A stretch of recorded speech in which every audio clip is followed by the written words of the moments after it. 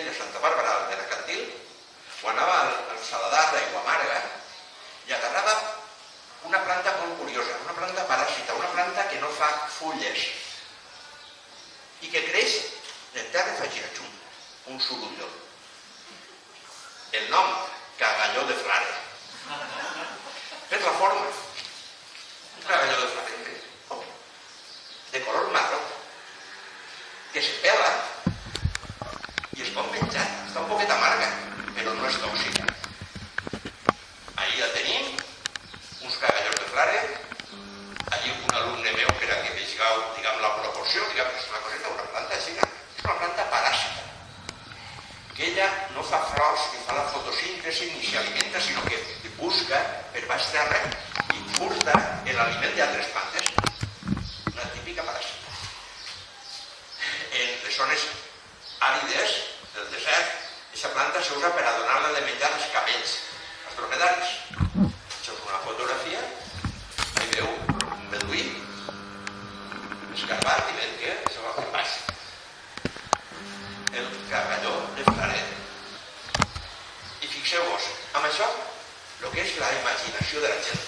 Aquí la gent, en un terreny tan difícil, tan dur, tan àrid, tan poc agraït, tan sec en estiu, la gent ha imaginat, com no ens podem imaginar nosaltres, valgui la redundància. Ha obtingut, ha fet el primer pantà d'Europa, el de Tibi, i ha aconseguit regar, quan això és un desert des d'un punt de vista climatològic. I també agarrava les plantes i s'inventava maneres d'usar-la. Aquí hi havia una beguda típica a la cantina d'Alacant de més ciutat, que es deia Cantàbria. Un herbero, requet d'herbes, i com tots els herberos, fórmula secreta. Fórmula secreta, això passa de pares a fills. Què li posaré a l'herbero?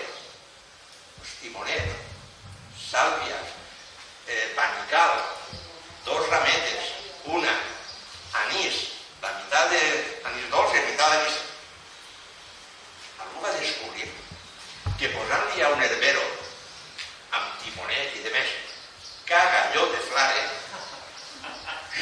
li donava una tonalitat, un aroma i un sabor especial. I com això ho va inventar en el bar Cantàbria, li va posar de nom una Cantàbria. Què coses? No té sabor en la regió.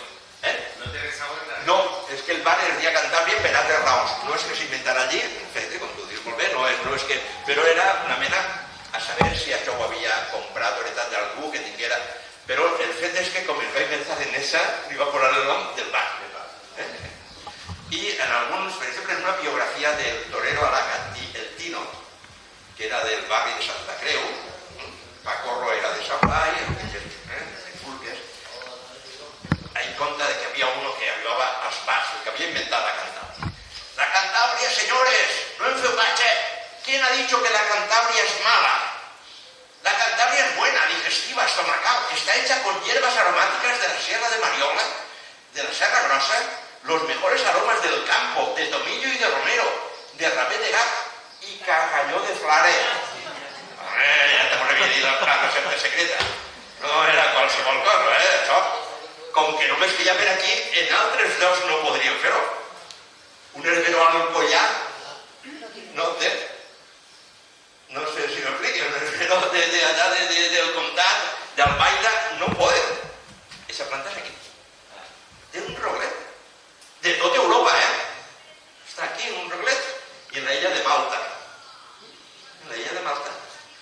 On era la planta tan important que quan venia un rei o un cardenal li regalaven un cagalló de flare. Que ens anava tot content.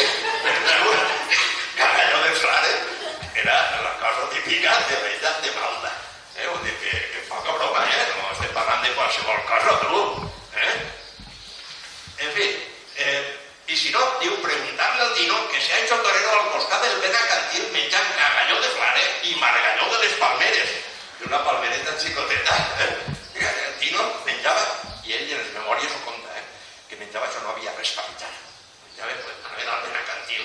Això és el Benacantil, la foto de l'esquerra, i l'altra, la Saladar.